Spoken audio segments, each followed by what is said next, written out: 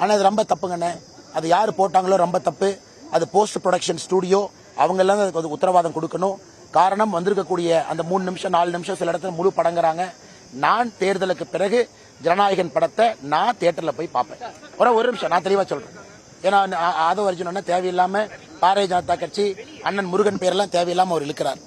நான் விஜய் அவர்களுடைய படத்தை ஜனநாயகத்தை எப்ப ரிலீஸ் பண்றாங்களோ நான் தியேட்டர்ல போய் ஒரு ரசிகனாக நான் பார்ப்பேன். அது வேற. அதையும் அரசியலும் குழப்பக்கூடாது.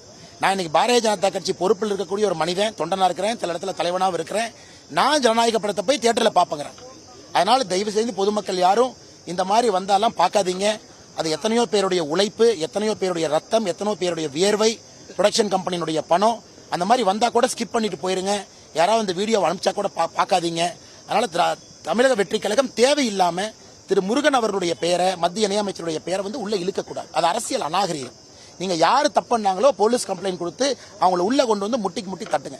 அரசியல் லாபத்திற்காக ஏன் தேவையில்லாம பாரதிய ஜனதா கட்சி இருக்கிறீங்க? பாரதிய ஜனதா கட்சி இந்தியாவில் எத்தனை இடத்துல அரசியல் பண்றோம்? ஏதாவது ஒரு படத்தை நம்ம பண்றோமா? சிபிஎஃப்சிக்கு எங்களுக்கு என்ன கண்ட்ரோல் இருக்கு?